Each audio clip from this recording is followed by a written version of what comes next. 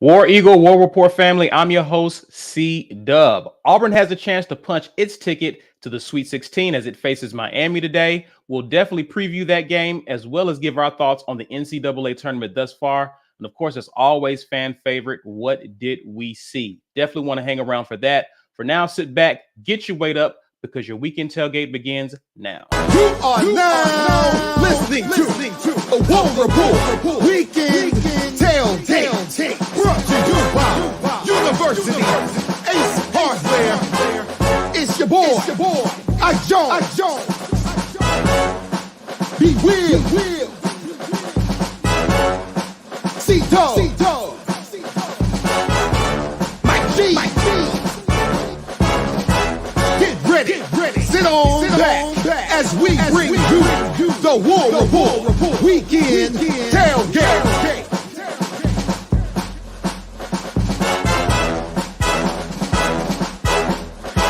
War Eagle, everyone. War Eagle, happy Sunday. I'm joined by Mike G. Ike Jones. You are watching the Weekend Tailgate brought to you by our show sponsor, University Ace Hardware. For your hardware needs, guys, Ace will always be the place for you. And please support us, guys, by supporting our sponsors. So if you're ever in the Auburn area, please be sure to stop by 2101 East University Drive. Drop in and let them know that your friends from the War Rapport sent you. Also, we want to shout out those of you who are watching either live or on the replay for our show. Do us a favor, guys. If you're on social media, that is Facebook and Twitter, share this video using hashtag Get Your Weight Up. Help people to find our content. Let's grow our community. Now, speaking of community, you need to become a patron. Mike G, tell them how to do that. Hey, listen, go to our YouTube front page, hit the patron button. Actually, hit the join button first. Then you'll see the patron button. Become a patron. If you've been missing these basketball breakdowns that Ike Jones is doing, what are you doing with your life, man? It's been awesome. I've been seeing the comments coming in on social media from you guys, really digging what Ike's doing over there with the basketball breakdowns. It's next level. Nobody's doing this. Guys, nobody's doing this for Auburn content right now. So exclusive for our patron members. I think that Ike gave non-patrons a little taste of it on social media a little bit. But if you want to get that full breakdown all the way through the tourney, we got a few games left. If you want to understand what's happening, and we'll even be doing our opponents some breakdown of their defenses and what we're up against. If you want to understand the matchups a little better, become a patron. This is great content that we're bringing you guys. $5.99, that'll get you there. Guys, we're partnering with the Lee County Humane Society to raise money for a good cause. So go over to the About section of our YouTube channel. Look for the donate button. 50 cents on every dollar donated goes to them to help them in their mission to hashtag save all the puppies. We appreciate the work that they're doing over there to save animals and to better the community down there in Auburn. Supporting the community is really important to us. So support them, please. If you got a little extra change in the purse or the wallet that you need to get rid of, give it to the Lee County Humane Society. We appreciate everybody who goes over there and donates. Now, it's tourney time. So we're giving away basketball gear, which means Lobtown t-shirt. This is brought to you by GWT2Energy.com. That's our guy, Walt Taylor, in the comments. Give him a digital high five. He's bringing you guys these giveaways every live stream here. So hashtag Get Your Weight Up in the comments to enter. You got to be here to win. So at the 1 hour mark, we're going to pull hashtag Get Your Weight Up. Make sure you get your spelling up so that the raffle filter catches it. Now, if you don't win the t-shirt, you can just support us by going to our merch store and buying something. Go to thewarreport.com. Hit the little hamburger icon in the top right, choose catalog, and it'll pull up all the stuff that we have there for you guys. You guys have been buying this stuff, posting pictures on social media. We're giving away. We appreciate the support. Help get the word out about the War Rapport through merchandise. So a great way to support our channel. Want to shout out Prize Picks. They're a sponsor of the channel. We appreciate them. Ike's been doing these Prize Pick segments. So if you want to win a little money and have some fun with the game, participate with us. Go to prizepicks.com. Use code rapport to get that deposit matched up to 100% and have a little fun while we watch the game. If you don't know how to do it, we got your back. Ike is doing full Prize Pick segments where you can pick along with us. So you can either do what he's doing and win money, or you can do what you want to do and lose money. Either way, you can have fun with this. prizepicks.com. last but not least, I definitely want to again thank our title sponsor, Ace Hardware. They've been a great sponsor all the way through football season and basketball season. We appreciate them for being on board with the War Rapport. Yeah. Yes, indeed. Yes, indeed. Appreciate that, Mike G. Let's put a bow on the first round. As we know, Auburn faced off against Jacksonville State on Friday morning. Successful matchup. Auburn won 80-61. We talked about that on our Friday live. We went live Friday evening. Shouts out to you guys for hanging out with us Friday evening as we gave our thoughts on that game. But what we didn't discuss was the player of the game. You guys have voted, you've spoken, and the player of the game is Jabari. Like it. Jabari Smith, 20 points, 6 of 13. Just been a sniper from three-pointer, man. Like he's been automatic. 14 boards, 4 assists in 33 minutes. Easily our player of the game. He's definitely come on strong later in the season and has been a big part of Auburn's success. Definitely am enjoying him this 1 year rental we have with this kid, because he's easily going to be a talent at the next level. So Jabari Smith, player of the game. Thoughts on him, how critical he's going to be moving forward in this tournament, Mike G? You know what? His 3-point shooting is going to be super important for a team that's shooting poorly from 3. So everybody else shooting poorly from 3. It's time to start running the offense through our best players. That's Jabari Smith and that's Walker Kessler. Now, Jabari is our best player. Walker is our most important player, but he's got to take shots, man. There's no time left to defer for the sake of deferring. There's no tomorrow if you lose. So get the ball to Jabari, get it in his hands, and just let him do what talented players do, which is take over the game and score in critical moments for their teams. I mean, that's all that needs to be said about Jabari Smith. He's going to be a top 1 through 3 pick in the NBA draft. I honestly just think you're crazy if you don't take this kid number 1.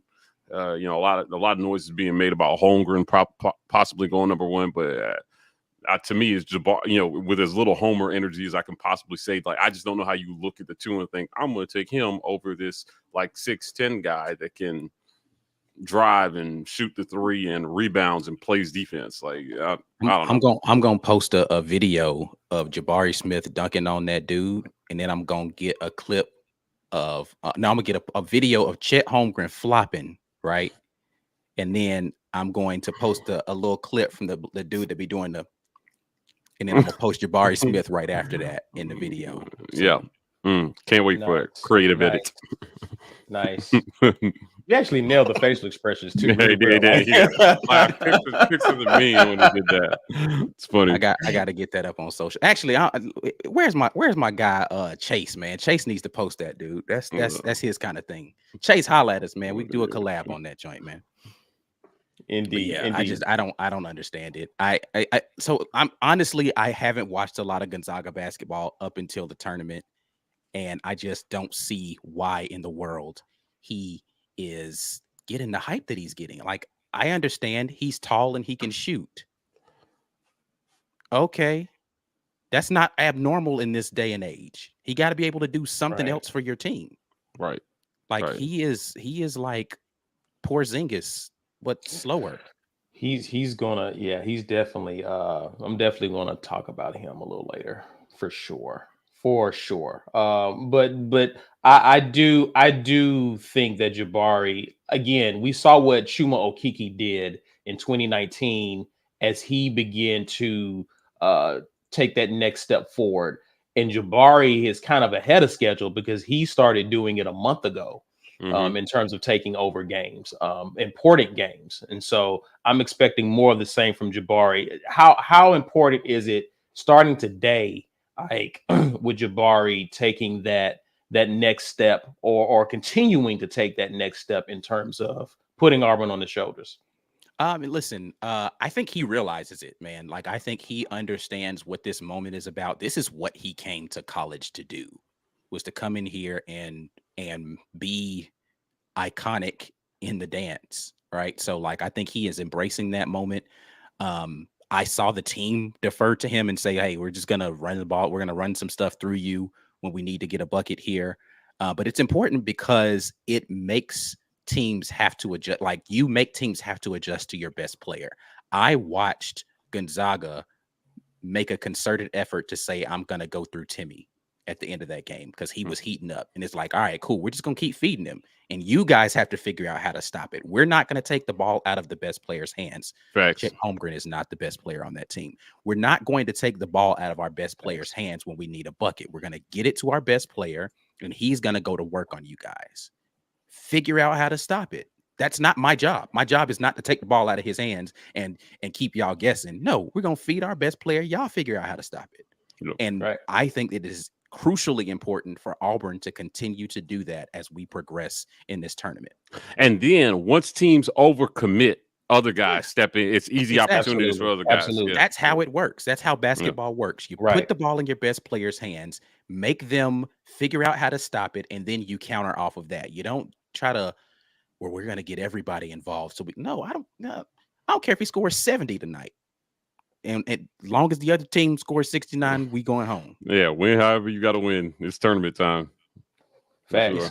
Facts. And again, I love the idea of, and again, that's only going to help Jabari, because if he starts creating offense for other guys, my goodness, like, we already know he can generate offense himself. Yeah. But when he starts doing it for other people, we become much more difficult to defend. Let's talk about our thoughts on the NCAA tournament.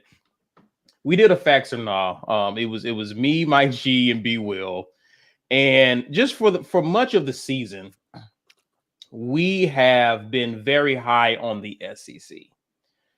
And I think one facts or nah, we talked about how many teams Auburn would get into the Elite Eight. And I think we said at least 3 teams. Well, through the first weekend, if I have to rehash this, in the first round, Alabama lost to Notre Dame, who won their play-in.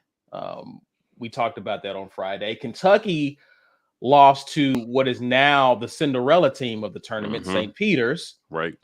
79-85. LSU lost 54-59 to Iowa State.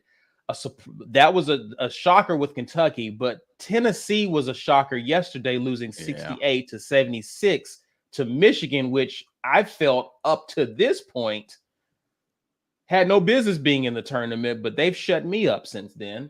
Yeah. Arkansas is in the Sweet 16 after beating New Mexico State, and then there's Auburn. We'll preview our matchup with Miami later on in the show. But my question to you guys, and I'll start with you, Mike G. Has the SEC been a disappointment so far in this tournament, given how well they've done in the regular season? I'm going to go ahead and just say, if we're talking relatively speaking to what other conferences are doing, by the time the day is over, now if you're watching this on replay, it's 2:00 Eastern time on Sunday. I think the Big Ten still has 4 teams in, but by the end of the day, as we speak right now, Illinois is getting waxed up. So they're not going. They're down by 14 with 3 minutes left. So that's one out for them. Duke and Michigan State play. So possibly another one out. Once we get to the Sweet 16, which is essentially after weekend number 1, it's going to be pretty even. If Auburn wins, the SEC will have 2 teams in the Sweet 16. Arkansas already made it. Right. Outside of that, no other conference is doing substantially better than that. The first weekend was brutal for everybody. This has been one of the most competitive tournaments I've watched over the first weekend. Now, I made a statement that, the question on our facts or not was about how many SEC teams would make the Final Four. You guys felt like we would get 2 teams in because of Kentucky. I said, nope, they're all bums. Only Auburn's going to make it. Now, where we've landed at with this is upsets galore. I got to tell you, the second round matchups in some of these games for the higher seeds were brutal. The way it panned out. Like, I know Gonzaga won, but let's be clear, Memphis was a really tough second round draw for a number 1 overall seed. It just was the way it panned out. We actually have a favorable path, but when you look at the teams, if we start from the bottom, we start sniping teams off from the bottom. I was clear Bama had no business in this tournament. Texas A&M should have been in. So was not surprised to see them lose. Right. LSU fired their coach right before the tournament. Right. And I'm not handing out excuses, but come on, man. Like that's a big change right before the NCAA tournament to lose your guy. Somebody considered one of the best coaches in college basketball. I saw people making lists of the best coaches in the tournament, and Will Wade was in everybody's top 10. So he's gone. Now we're down to 4 teams.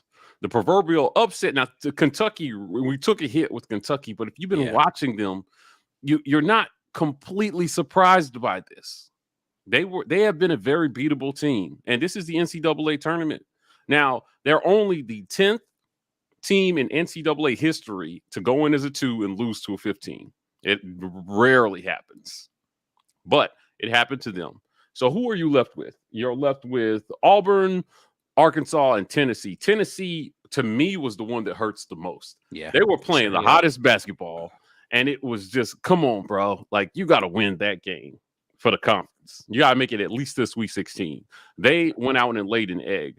Arkansas made it through to the Sweet 16, but quite honestly, I watched that game. It didn't look like great basketball to me. Yeah.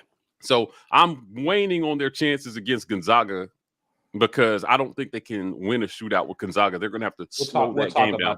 We'll talk about that because I definitely want to talk about that in terms of what the SEC can do moving forward. Mm-hmm. And so then you got Auburn, who we got 2 really favorable first and second round matchups to get to the Sweet 16. So I don't think I wouldn't call it a disappointment. I think this is a really tough tourney. I don't think by the end of the day, mark my words, no other conference is going to be doing substantially better, right? The Big 12, who JG thinks is the best conference in college basketball, their number 1 seed already got bounced. Their number 1 overall reigning national champion, got bounced on weekend number 1. So it's not like we're the only conference producing disappointments, man. It's just what it is. That was a tough path for Baylor, though. Yeah. Goodness gracious. I'm glad we got the number 2 and not that one. Like, you can have that. Who had what was the order of the number 1 seeds? We know Gonzaga got number 1 overall. Who was number 2 overall? Was it Baylor? Was it I think it was Arizona? Was it Arizona? Arizona. I think it was Arizona. Arizona. So they were the 3, and then Kansas got the 4th 1 seed, essentially. Our chat can help us with that. I thought Baylor got the 4th one, but yeah. All in all, I guess my point is you are a 1 seed, so you did have a pretty clear path to the Sweet 16 that should be manageable for you. All the 1 seeds do. Even if you got a little bit of a tough draw, Memphis is a team that a number 1 overall seed should beat, even if it's a tough game. They pulled it out. Baylor didn't pull theirs out. So sitting here acting like the SEC was just this incredible flop, I'm watching flops as we speak right now. There are a lot of flops in this tournament. It's just that kind of year. I think a favorable year for Auburn at that. So if we get 2 teams through to the Sweet 16, and if Arkansas and Auburn somehow make it through to the Elite 8, that's successful for our conference. Can't stress that enough. I will say that it has been just because of Kentucky and Tennessee. I will say yes because of that, because Kentucky's been around the top. People were talking about Kentucky being a potential 1 seed going into the tournament as recently as a week or 2 ago. Yeah.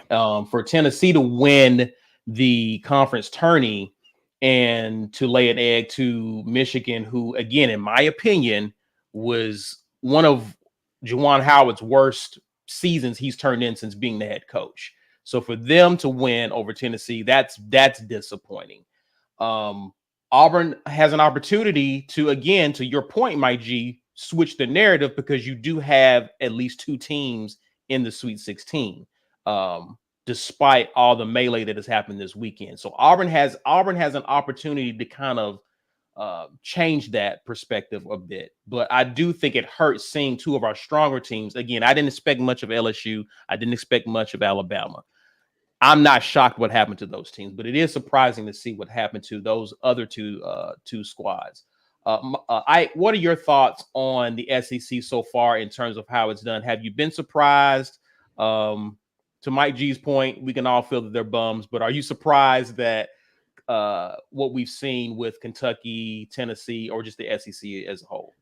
Yeah, I mean, I think the Kentucky and Tennessee ones were the ones that I was just like, oh wow, I at least expected all of the teams not named Bama and LSU to make it to the Sweet 16. I just did.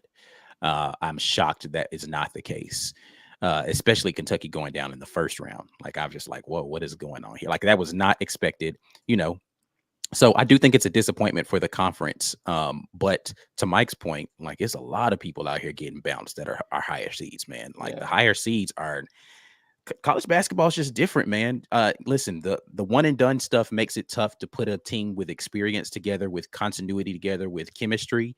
And then you have a situation where I think NIL is going to kind of allow kids to stay closer to home and play for the team that's in their area and be able to still make a little money while they're. I think it's just the game is changing, man. And, you know, basketball, unlike football, unless it's the quarterback position, really one really good player can change the trajectory of a program, right? Like you're really one solid player away. It doesn't have to be this, you know, Jabari Smith type number one, but it needs to be someone who can get you a bucket when you need. Like I watched the point guard for Davidson against Michigan State put in a hell of a game. Like he was really like, but it wasn't just points. It was just him running the team and being where he was supposed to be and putting other people in the right position.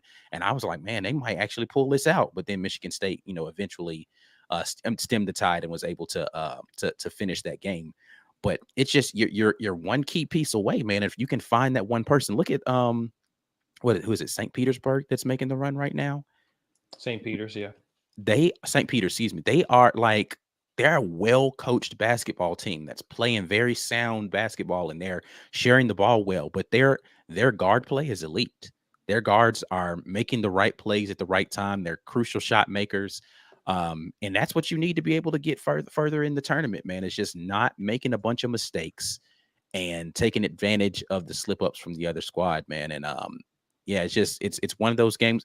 College basketball is not a star driven thing.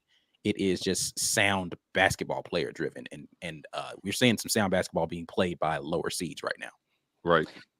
We see you guys with the super chats. We appreciate you guys. We see you in the comments. We will definitely address those before we get to the break. I do want to ask this question, despite whether or not you feel the SEC has been disappointing, they're in the driver's seat to really make a statement, and soon. It starts with Auburn today, winning and getting two teams in the Sweet 16, but Arkansas has a unique opportunity ahead of them. And this is a team to me that, like most teams, but if you judge them on their performance in the regular season, they tend to rise to the occasion. We saw they do that at home against us. We saw them do that at home against Kentucky. I have to believe that this team will rise to the occasion against Gonzaga. We don't know what the outcome will be in that matchup, but Mike G, you saw their performance against New Mexico State. Wasn't really impressed with how they played. But how do you see, I mean, they have an opportunity to really make a statement in this tournament by knocking off the overall number one seed. How do you see that playing out? Well, it's going to be, I think basketball is about matchups. Yeah. And a team can be good, but the other team can just have players or a system that's just a really bad matchup for them. I don't think this is a good matchup for Arkansas. Personally, yeah, I mean, just how I'm feeling now.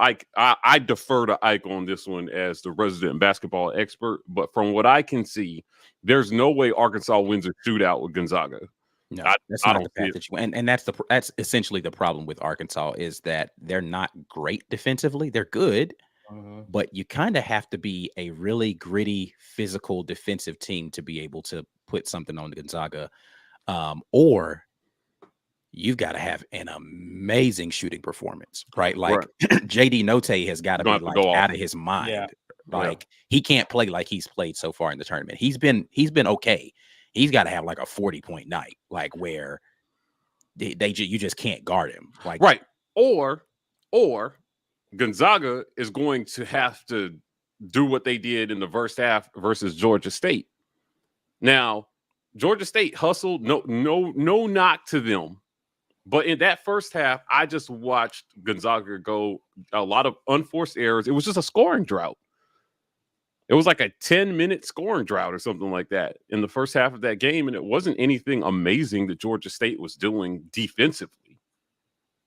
Now, you ask Gonzaga fans, they'll tell you, oh, well, they're one of the best pick and roll, teams in the country. And they invented basketball, and all of a sudden, and there was just every excuse to inflate that opponent. But I just think, at the end of the day, for Arkansas to win this game, Gonzaga's going to have to play down a little bit, and they're going to have to take advantage during that slump. So while they're not scoring, you have to score. You run it up, and then you hold on for dear life. Yeah. I honestly, it's going to be a repeat. If they win, it's going to be a repeat of Memphis without the bungled calls at the end. Hopefully, their coach does a better job down the stretch if the game's close with timeouts and fouls and things of that nature. But that's just what I see. I think Arkansas has a chance. I don't want to say they have no chance, but I'm not excited about the matchup. I thought Memphis matched up well with Gonzaga. I do not see. I don't think it's going to be hard for me to see them having an answer for Timmy if he continues to play like he is. Holmgren, I'm not sure anybody's just doing a great job on Holmgren more so than he's just playing below average. So if he heats up for some reason, if he decides to wake up, Arkansas is going to have a real tough time. Is Nembhard going to shoot out of his mind again like he did versus Memphis? He had a great game. I don't know. I just think it could be. I could see Arkansas winning this game. I could. I just don't think it's a favorable. I wouldn't put money on it. I wouldn't put my money on Arkansas win. Yeah. Same thoughts here. Yeah, I mean, listen, it's Arkansas wins when they are shooting the ball really well. Mm-hmm. They're not quite skittish like Bama, where it's like not, because Arkansas can make 2-point buckets. Like they can get to the ball, they can drive, so they have the ability to score in a lot of different ways. It's not just chucking up threes all game. They're a sound basketball team. I just don't know that, again, as Mike said, you don't want to get into a shootout with Gonzaga, because Gonzaga wants to play the wide open up and down, like though they're a tall team, and they that's the problem with guarding Gonzaga, is that they have Timmy is the equalizer for them, honestly, is because they can dump the ball down in the paint to him and let him go get buckets in the half court, unlike some of these other pace teams that you have where it's just all guard play and they don't have any height or any post ability. Gonzaga's a very balanced offensive team. I just don't think that a team who can be physical with them is a good matchup for Gonzaga. If Arkansas goes down there and they muddy it up and they get physical and they figure out how to just secure the glass and don't get bullied in the paint, yeah, they could win that game. I just don't, like I said, I don't know that it's a great matchup for them style-wise. I think that what will work against them if they try to play like that, Ike, is the refs called the game like they did versus Memphis. It's going to be real tough for Arkansas. Now, I'm not blaming the refs for the loss, but it just seemed to me the fact that Gonzaga didn't have any fouls like in the first half of the second half of that game. Yeah, it was like 10 minutes in. They had 0 fouls. Yeah, I was just what? They didn't foul anybody at all, but Memphis already had like 6. Like 6. I was like, suspect. It was sus. No, cuz. It was definitely sus. Timmy, now he played a great game, but I'm telling you, he had about 3 offensive fouls that they did not call. Meanwhile, Memphis had 3 of them. They were living in foul trouble. They had to do 4 fouls in the first half. Yeah. It was about 7 or 8. No, actually at the 10-minute mark. Was it Duran? Was it Duran? Durant got in foul trouble. He got in foul trouble. But one of their guys got Williams in got in foul trouble. Durant got in 10 foul trouble. Yeah. Another guy got in. Like they had at one point in the game, they had 3 guys playing with 4 fouls. They had to send the dude to the bench for like 10, 12 minutes. It was a long time to go without one of your best players on the court. So I think that aided a little bit in the comeback ultimately. But if the refs decide to call it that tight, I was happy that they called the flop on Holmgren. Yeah. I mean, it was just got away with one earlier. Yeah, it was a clear flop. So some of it will depend on how they're calling it. If they're calling it tight, Arkansas is going to get in foul trouble trying to muddy it up. Yeah. And that's doesn't play in their favor, obviously. So we'll see. Okay. Well, we'll definitely see and again, we'll get into covering Auburn and Miami later on. Let's get to some of these super chats. Walt Taylor, appreciate you having you on, man. Says Mississippi State hired New Mexico State's coach Chris Jans as the school's next men's basketball coach. Good pickup. I mean, he's had New Mexico State in the tournament. Did he have him in there last year? I don't know. But was he the coach when we played him in 2019? Yes. I'm assuming he is. I'm assuming he is. That game. It was a tough out then. So definitely a good pickup for Mississippi State. Also, too, Walt mentioned that it's not a super chat, but I do want to point this out. Walt mentioned another hire that Florida made. Yeah, it's San Francisco's coach. Yeah. Oh, really? Bruce Pearl talked about him yesterday in his presser too. I think they worked together. I think he's they were on the same staff together. Yeah. So very interesting. It's interesting to see the SEC, and Florida's coach went to Georgia. And I think that's what made way for San Francisco's coach to come to Florida. So it's interesting to see the coaching carousal in the SEC as well with that. Also, Gabrielle, appreciate you watching with us. Every team but one will lose. Would have been great to see the SEC go farther. However, I agree. And I think this was our optimism, right? And that's the thing. Like, I think that's the craziness about saying that a conference is better because of how they performed in the tournament. Like, yeah, it's a 1 game sample size for sure. Again, we can make that same argument, and I did make that same argument about the Big 10 Big 12 SEC challenge, right? We played the games on the court, and the SEC won more of those games. So you can't tell me the SEC is worse because they got beat by some other conference somewhere else that you didn't play. Like, that's just like you can't apply that logic to it, right? Like, so the SEC isn't worse because somebody else beat y'all, but you didn't. You didn't do it though. So what are we talking about? Right. Yeah, when you played the SEC, you lost. So I don't want to hear all of this other crap about who's got the better comp. The only people who this other team can say that they're a better team than somebody in the SEC. But other than that, I don't want to hear all this SEC is overrated crap because it's just not true. The regular season, I think, still validates the fact that the SEC had the best conference. So it is what it is. Walt says, in my opinion, we need Iowa State to win because Chicago will basically be a home game for Wisconsin. Thoughts on this, gentlemen? Yeah, that game is right before ours. So Wisconsin fans travel really well. They do. I don't like when we play Wisconsin at anything. Yes. Yeah. Anything. I'm iffy whenever we play them at anything, especially football. So I have a friend who's a Wisconsin fan. He's my old physical therapist, and you know the kicker that they used to do the funny poses, the punter. The punter is a punter. Chat, help me out. They used to do these weird poses, like before he punt, he'd be like this. And after we lost to Wisconsin, he would send me a picture of this dude before every game. It would make me so angry. But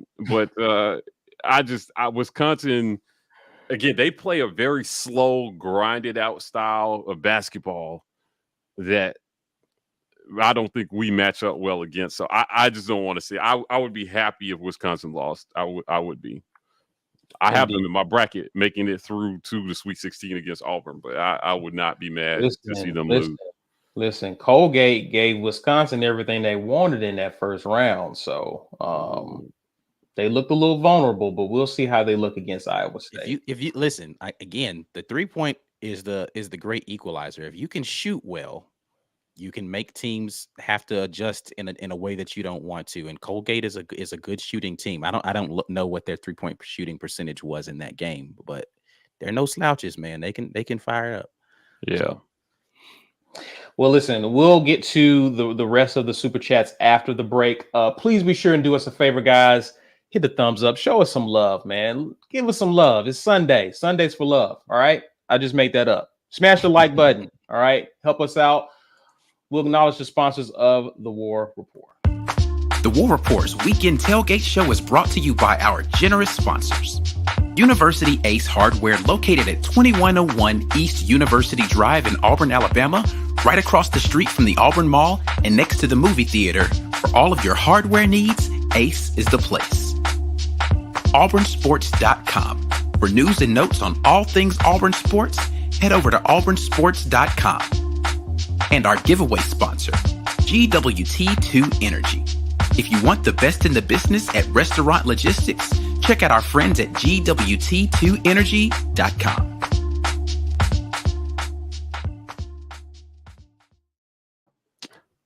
Hey, become a patron. Take part in some of these basketball breakdowns Ike is doing. Hopefully, we've got a few more coming. So, if he's still doing them, Auburn's still winning. And that's what we're hoping for. So, listen, man, Auburn keep me busy is all I'm saying. Yeah, we need work. So Auburn's hopefully dealing out work for the War Rapport. Become a patron so you guys can take part in those basketball breakdowns. But other than that, it's just a great way to support the work that we're doing here, help keep us financially viable and growing and bringing you more access. We're partnered with the Lee County Humane Society to raise money for a good cause. So go to the About section of our YouTube channel, hit that donate button. 50 cents on every dollar goes to the Lee County Humane Society to help them #save all the puppies. They're doing great work. They're an important part of the community down there. We want to help them, so help us help them by donating today. We're giving away a Lobtown t-shirt. It's basketball season. Hopefully it's basketball season for us after tonight. You can win this t-shirt. #get your weight up in the comments right now to enter. This is brought to you by GWT2 Energy Consulting Services. That's our guy, Walt Taylor. He's sponsoring all these giveaways for you guys. We appreciate Walt. He's our OG sponsor. Been riding with us for a while. Love you, Walt. So thank Walt when you win. But #get your weight up. Make sure you get your spelling up so that it counts. We're on podcasts. We're on every single podcast platform there is, guys. And we're bringing you guys exclusive podcast-only content. So if you're riding to work in the morning and you want to talk a little football or basketball, go to your podcast platform, whatever you're on, Apple, Spotify, Amazon, click the War Rapport and get some stuff that we don't talk about here on the stream anymore. We're saving some stuff for podcasts. We got special podcast guests.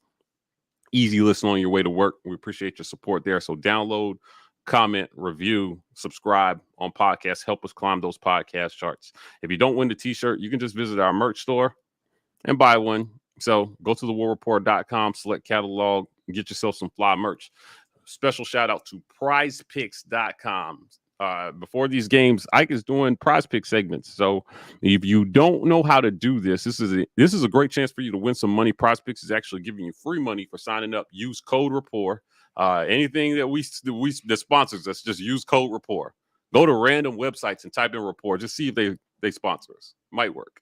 But they're doing 100% match bonuses over there for everyone who signs up here. Again, hopefully we got a few more basketball breakdowns that we'll be doing for Prize Picks on Auburn games, but support us by supporting our sponsors over there. It is tournament time, so we appreciate everybody supporting us here through that. Especially our title sponsor, Ace Hardware. They've been a great sponsor throughout the year, basketball and football season. So our guy Dave over there, visit Ace Hardware. Make sure you get all your tools, home improvement projects done by visiting Ace Hardware, right next to the movie theater. Appreciate that, Mike G. Appreciate you, Stuart Donald, for the super chat. Thanks for hanging out with us. Arkansas versus Gonzaga may set a new NCAA record for flops in the game. Oh, goodness. Quality. quality. Yeah, it's very likely to. Lisa, thanks for hanging out with us. Our question is, if a player is ejected in men's basketball, is there a penalty for the next game? I don't think there is. Only if a fight breaks out will they hand out suspensions for the next game. So it's got to cross. It can't just be like if you get a 2 techs or something like that. A flagrant 2. Yeah. That winds up in some kind of really egregious contact, they might consider it. But for the most part, an ejection is just an ejection for that game. Cool.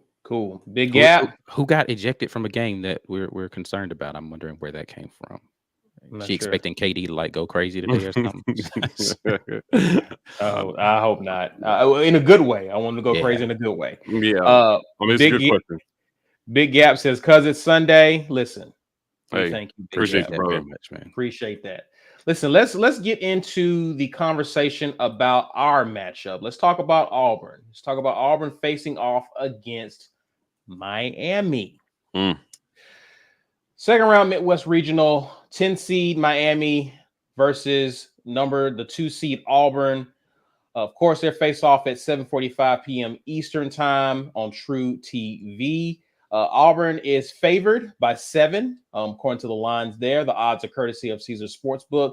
The over and under is 143. ESPN's Basketball Power Index gives Auburn an 82% chance of winning.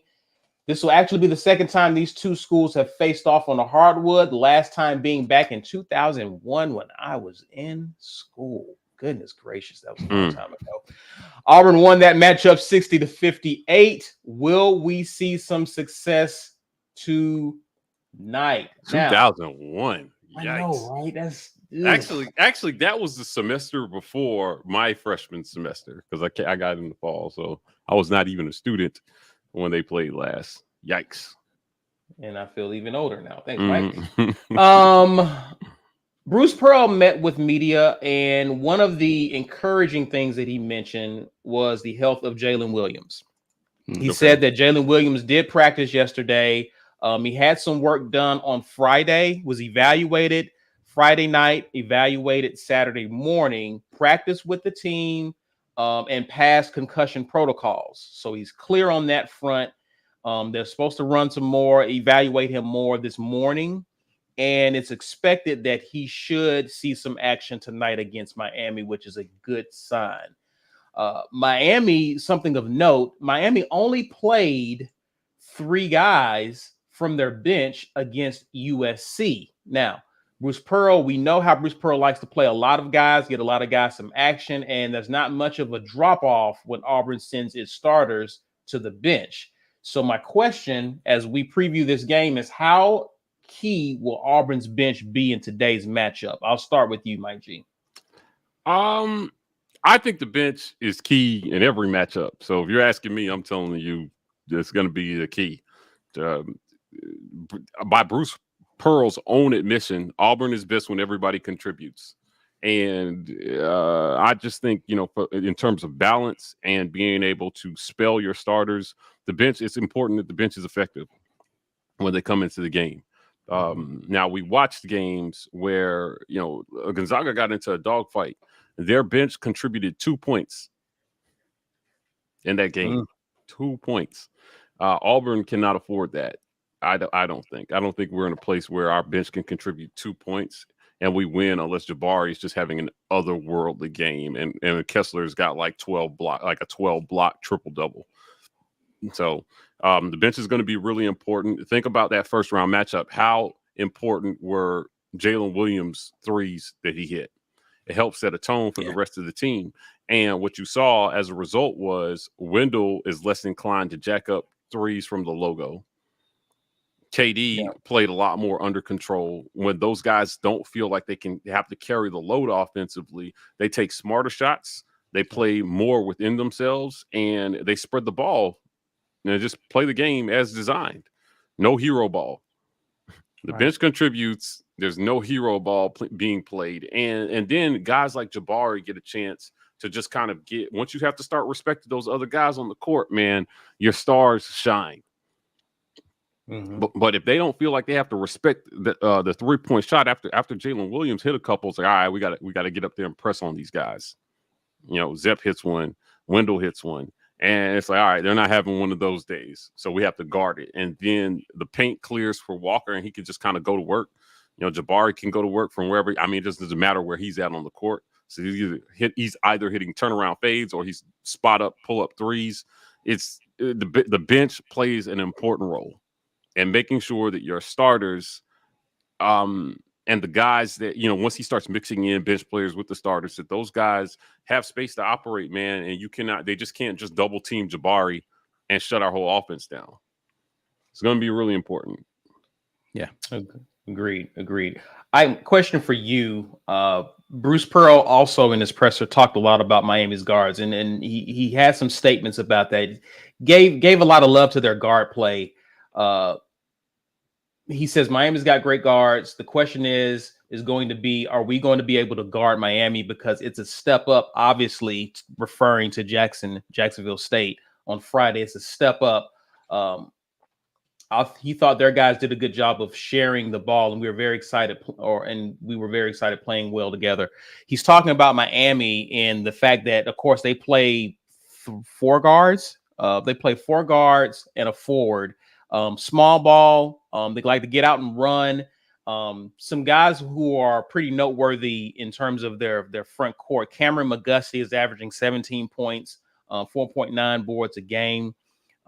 They have another guy, had his name Isaiah Wong, who's averaging 15 points per game. He actually scored 22 against USC. And then there's Charlie Moore, another guard who's averaging 12 points a game. So they got some production in their guard play. Our question to you is, do you expect to see anything different in terms of, we know our strength and our identity as a team is our defense and our ability to even guard the perimeter, run guys off the 3-point line. How critical is it for Auburn's defense against these guys today, and also staying out of foul trouble with our guards as well? Yeah, that's going to be the biggest thing for me. Zep Jasper is going to be so crucial this game in just disrupting their offensive flow. If you watched my breakdown, which you should, about Miami and how they play defense, then you saw a little bit of what I think is going to be advantageous for us offensively is they don't, even though they have taller guards than us, they don't tend to get up into those guards. They started the game, it looked like they were going to be doing a lot of that. And then for whatever reason, as the game progressed, they stopped doing it as much. And then they started going to a zone. And it's they're just not the kind of defense that just gets after it. So that should allow our guards offensively a lot of freedom of movement, be able to get downhill, all that stuff, which is really great for a team that runs a lot of pick and roll and flex like we do, right? Like if you're not going to be aggressive defensively and we're going to have freedom of movement, we should be able to do what we need to do.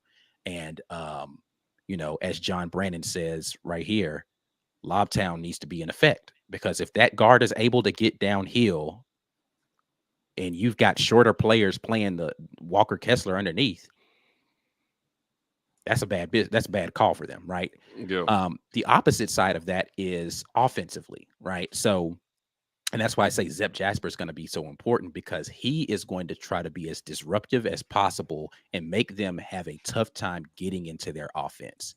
But if the refs are going to take Zep out of the game and he can't go and he can't be aggressive and do all that sort of thing, and he has to come off the floor, we're going to have a tougher time defensively. Even though we do have the backstop of Walker Kessler, they're probably not going to be trying to go inside a lot. So a lot of their stuff is going to come from, which they can shoot mid-range stuff. Their guards have the mid-range game, so they can pull up over the top from 15 and stuff like that. They're going to have to live there, though, because we're going to run them off the 3. They're not going to have the height to go inside, so they're going to have to live in the mid-range.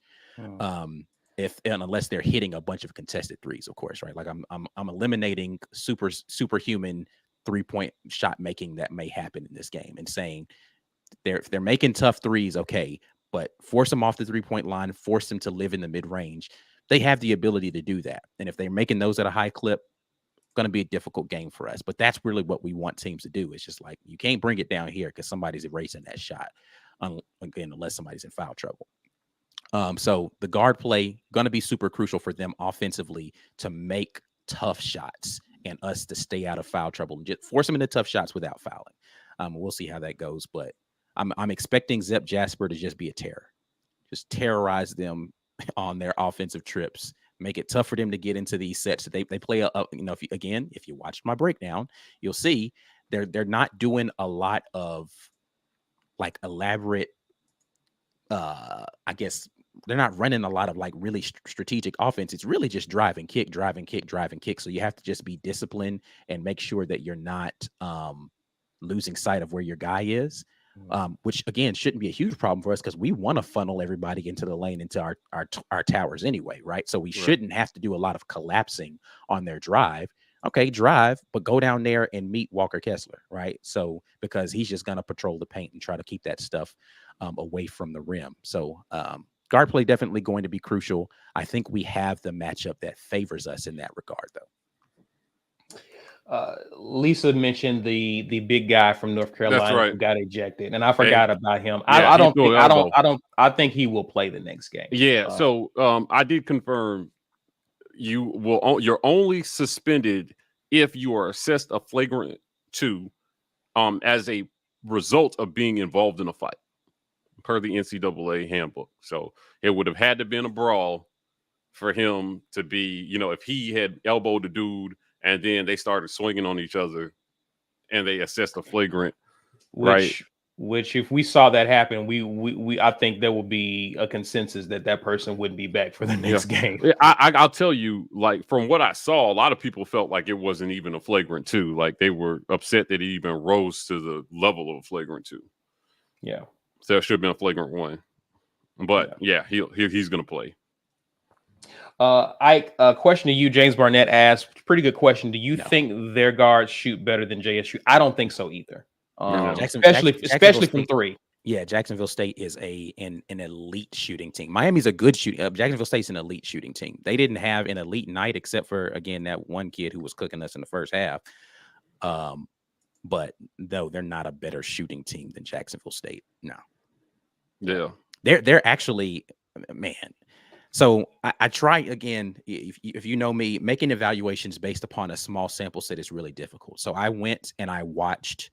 So, of course, I watched the game that they played in the first round against whoever those bums were that they beat. Talking about USC? Yeah, USC. Yeah. And their shooting was it was awful in the first half. The first half that was a painful game. It was a painful game to watch. It was not good basketball. Painful game to watch. I was just like, yo, what is going on here? So I was like, okay, they've gotten to the tournament for a reason. So I went back and I watched some other games, and I watched them against North Carolina. Excuse me, not North Carolina. I think it was Duke. I watched them against Duke. And they had a better shooting game that night against Duke, more even performances, because it was really Isaiah Wonger busting the first half against USC. And in the second half, they started to do a little bit better with sharing the ball. But just because of the way that they play offense, and unless they are going to be much faster than I anticipate them being, they're gonna struggle to get good shots against us because they're not physical offensively. Like they do a lot of slip screens and they do a lot of ghost screens, and they do it's not solid. Make us switch this because you're setting a pick on a guy. We switch everything anyway. So though Jabari Smith is 6'10", he'll switch on a guard with no problem, right? So that's not putting us in an unfavorable. The only unfavorable matchup you're going to have is maybe if you get Dylan Cardwell on a guard, because Walker Kessler doesn't feel okay. Right. Drive the ball. I'm gonna catch up with you and Stretch Armstrong to block on you. It's not a great matchup for a team that doesn't want to play physical with you offensively. You have to want to get us into either going into the post to get us in fight. That's why we struggle with teams like Florida, because Castleton can go to the post. Sheveway can go to the post and make our guys down low have to do something. Now they're going to try to pull Walker Kessler out of the lane, right? They're going to be everybody outside, and they're going to try to pull him out of the lane, which I really hope I see us go into more zone in this game so that Kessler can just post up down there. And it's all right, great. figure out how to get him out of the lane now. We're just going to plant him down there. You're going to pull a guy way out here. Fine. I'm just never going to go guard him. We're just going to play everything around there and just let Kessler patrol that. I hope we see more zone, matchup style zone, whatever it's going to be, but allowing our big men to have to stay in the paint and they figure out how to maneuver around it. But in a game, that's a long way to say, no, they're not better shooters.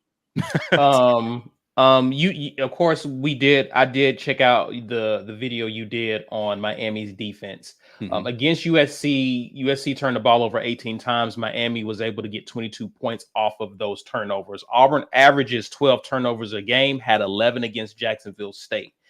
Bruce has even acknowledged that turnovers for this team has been a problem at points during the season. Now, what's interesting to note against Jacksonville State is of those 11 turnovers, only 3 came from our backcourt. Each guard, KD, Wendell, and Jasper, if you're Barkley,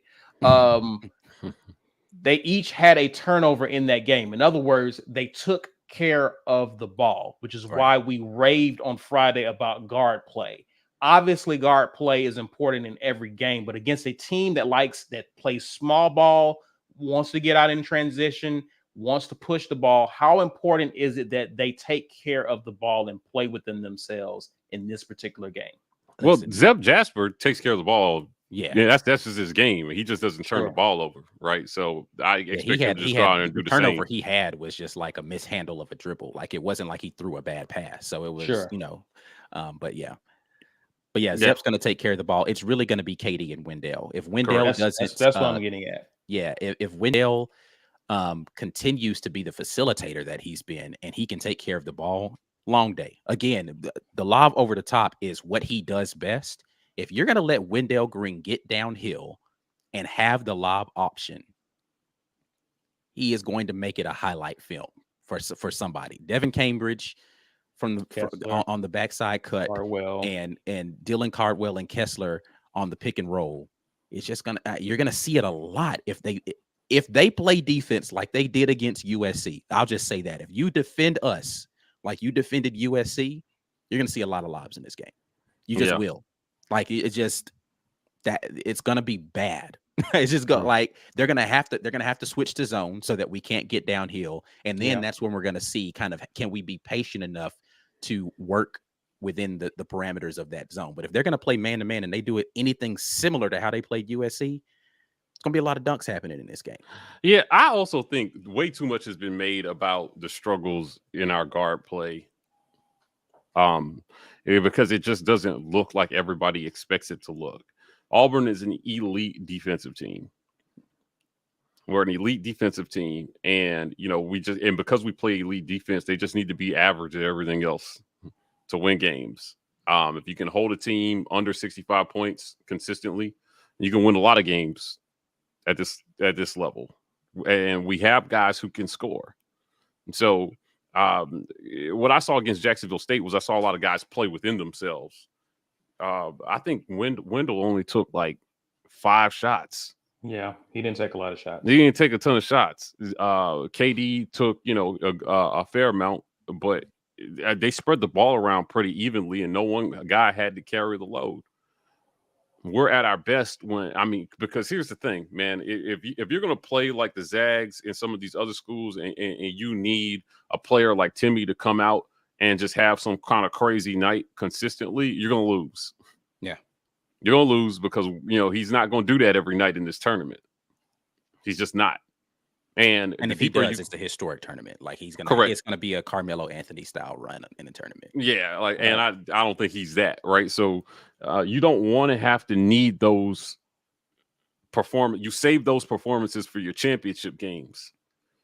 And these early rounds, you just want to see good, even basketball. And if you find yourself needing that every night, you're going to be hard pressed to get all the way through this tournament.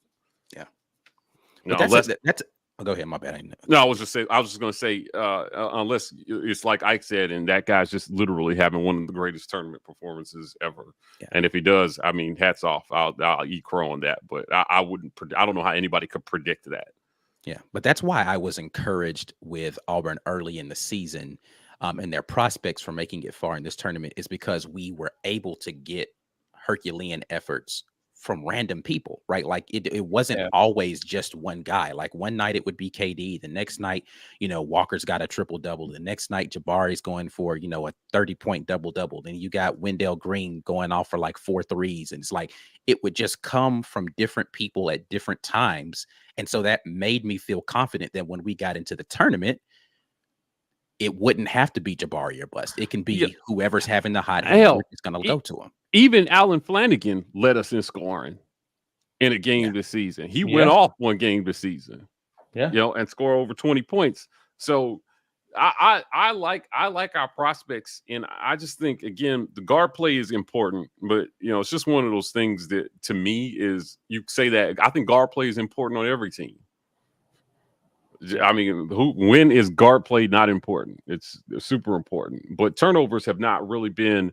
If you're examining our whole body of work, because we have one of the best point guards in terms of taking care of the ball in the country, in Zep Jasper, I'm not super concerned about it. It was an issue when Zep was out, for sure. Oh, we are a different team when he's out. It was definitely an issue when he's out, but that's not an issue tonight because we will definitely have Zep handling the ball.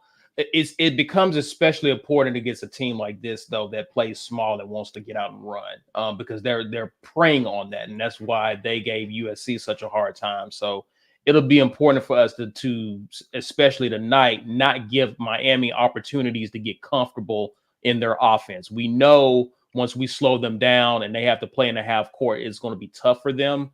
But definitely transition buckets is what Miami wants to do, which means we got to take care of the ball. Yeah, and they don't turn the ball over a lot. Like, they just are not prone to turning the ball over, which is where we're going to have to figure out how to get out and run off of misses, right? If they miss, we need to get into early offense and not. This is one thing that has been a problem, I think, for us, is we don't have a great half court, but we're very reluctant to just push the ball and get up into our stuff before the other team is able to get set. However, again, because the pick and roll action could be beneficial for us, I hope that, we abuse it for as long as they're going to allow us to do that. And then we get into, figuring out how to push the pace when they're going to try to get back and get into zone. Because if the zone's not set, then you're going to get an opportunity to get out and get early buckets. And that's what we were able to do, honestly, against Jacksonville State, is just we pushed the pace a little bit more. And they just weren't set because they were trying to trap, like they were playing, they were trying to get, the full court presses on, and we just broke the press.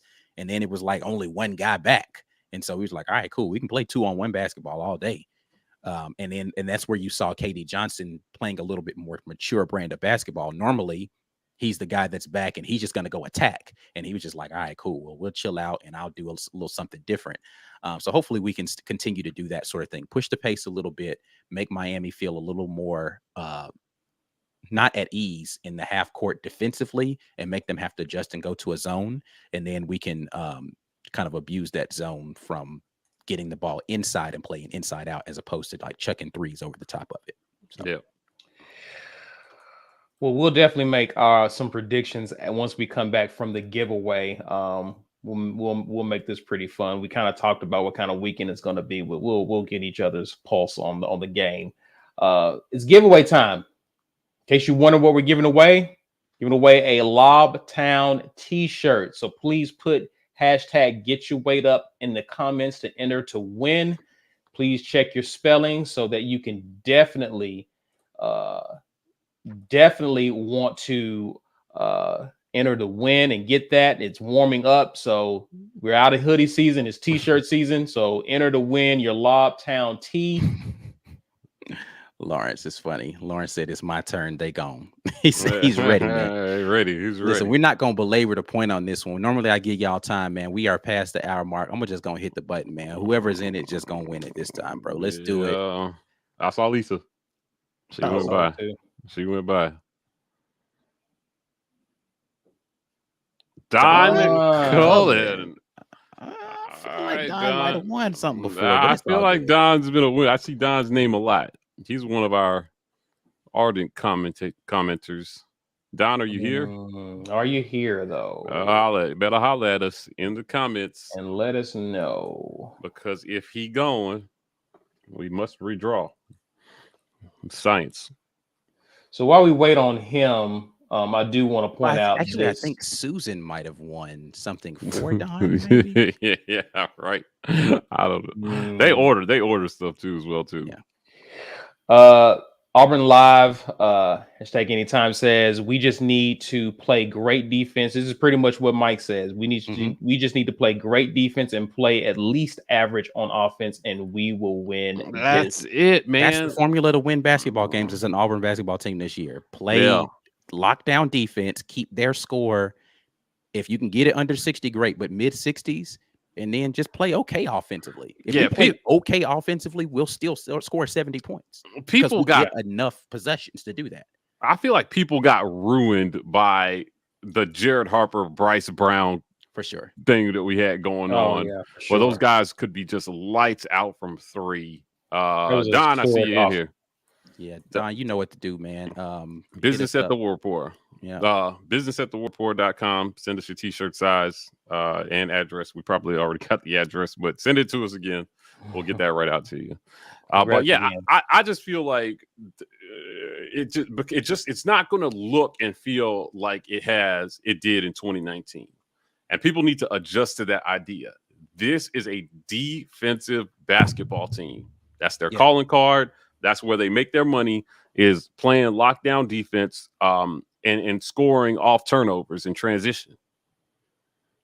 That's when Auburn is at their best, turning the ball over and scoring in transition. So when we're not getting turnovers, the game slows down quite a bit.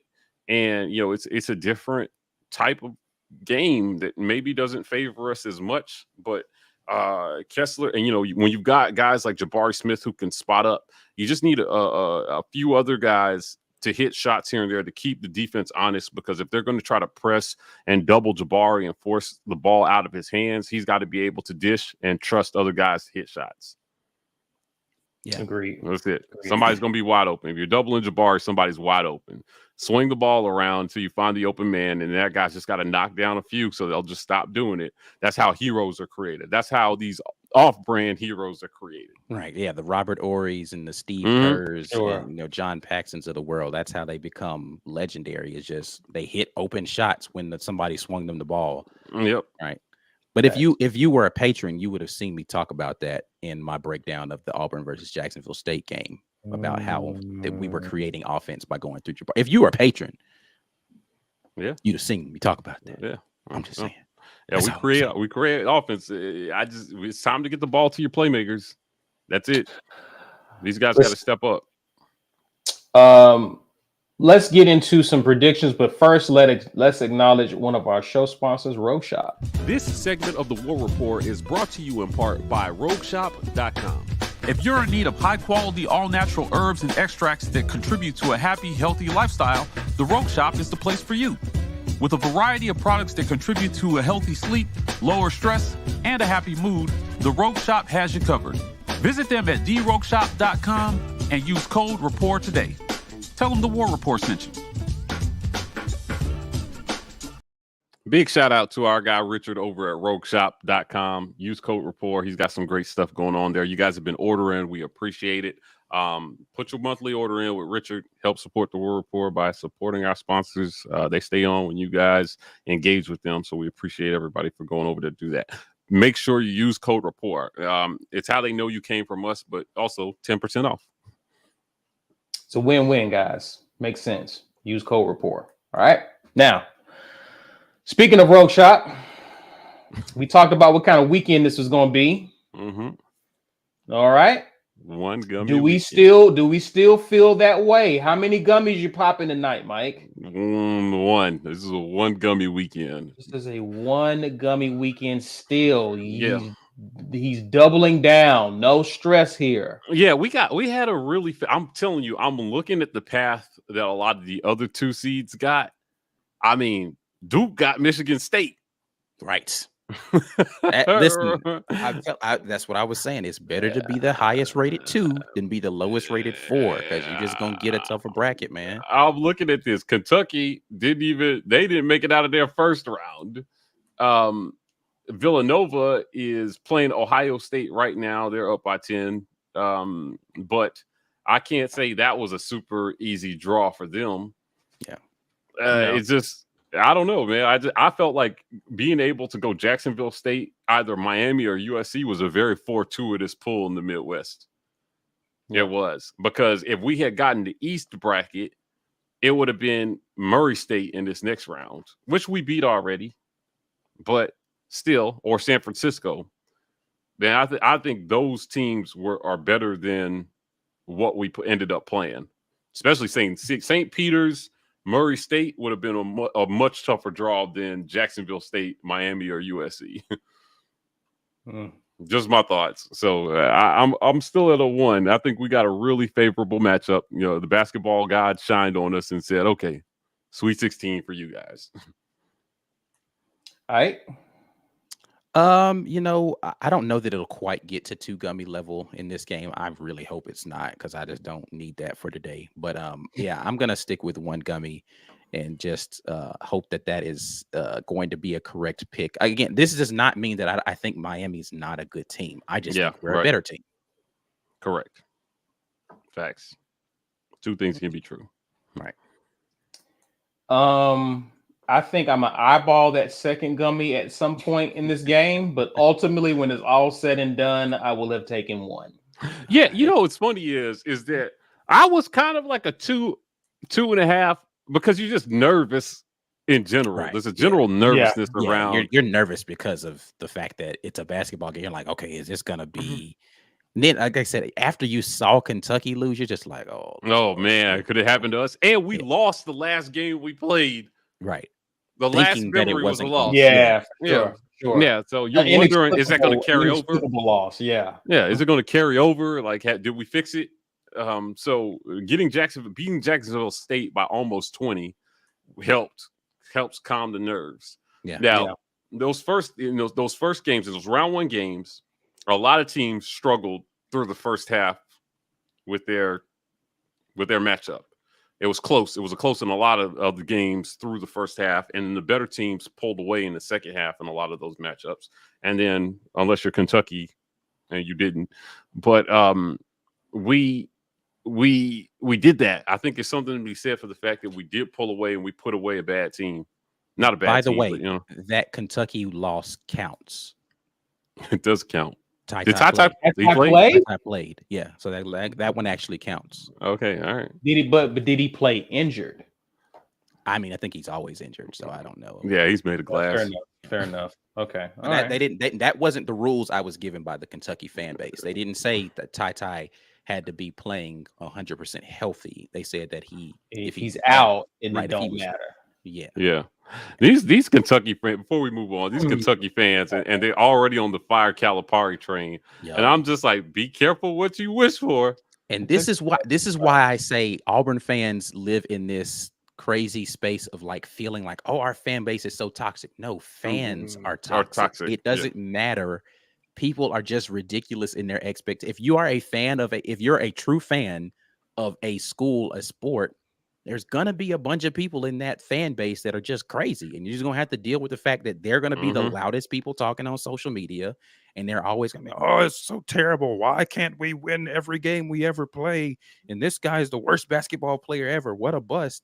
They're going to do that just because they're fans. That's just so Auburn fans are really not worse than any other fan base. You just listen to Auburn fans more than you listen to anybody else. So your perspective on Auburn fans is tainted by that. Trust me, I frequent other fan boards and listen to other fans.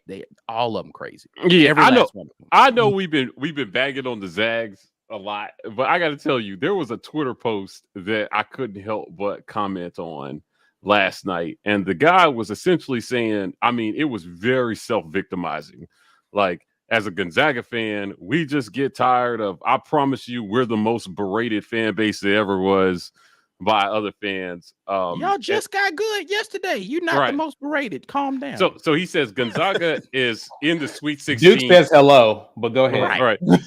Everybody hates Duke. Literally everybody hates Duke. All right. There's nobody outside of Chapel Hill that likes Duke. Stop. He said Gonzaga is in the Sweet 16 for the 7th straight year, but sure, tell me how trash they are again. Right.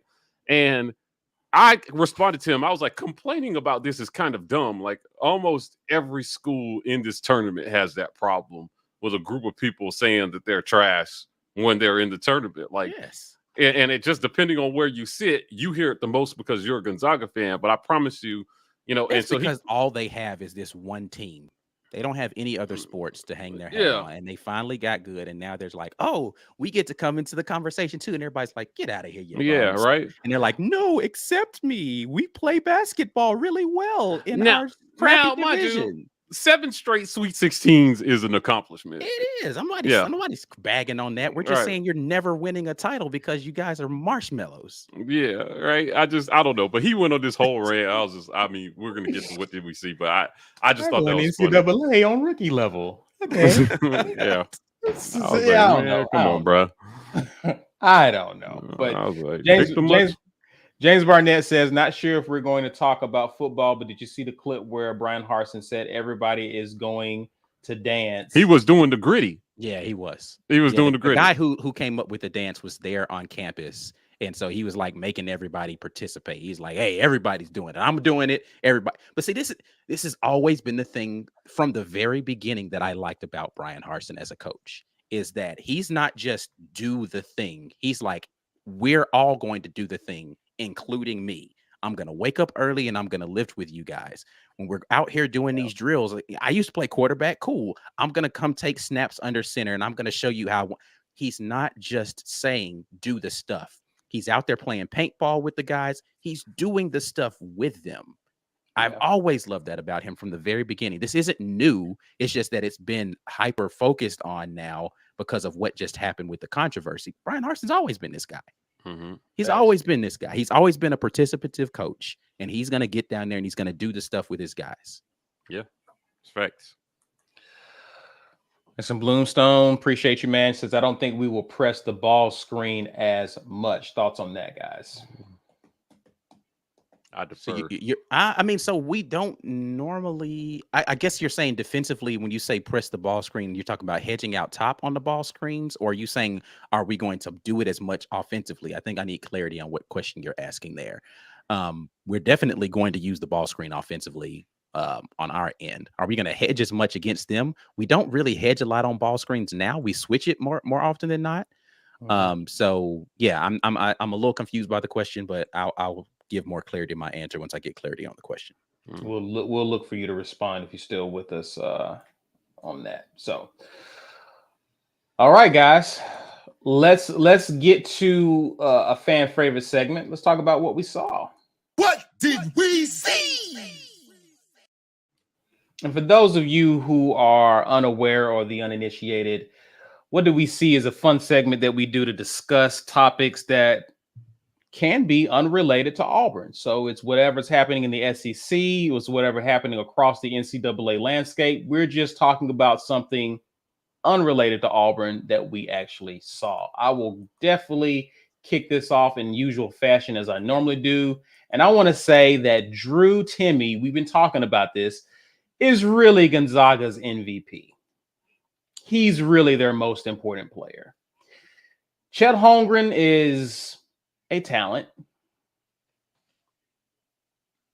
He's a decent player. Yeah.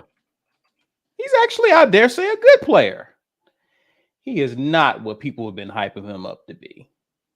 So much as a potential number one pick in the NBA draft, I'm not seeing it. And in a tournament, in a game where you're on the ropes, we talked about how it's important for, if you're going to be that next level talent, if you're going to be that special player, this is your moment.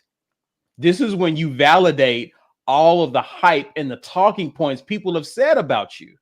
Now, you're learning how to play with a team at the next level. So again, your college, year, your freshman year, or this season is about you learning the game and learning how to play at this level. So very rare do we see these special talents just excel from day one. It's as the season goes on that these guys begin to really come on, take that next step, and really begin to look special. But if it wasn't for Drew Timme, Holmgren and Gonzaga would be going home after yesterday's game. For sure. Timme willed them back into that game on his own. Yeah. Holmgren had 9 points and 9 boards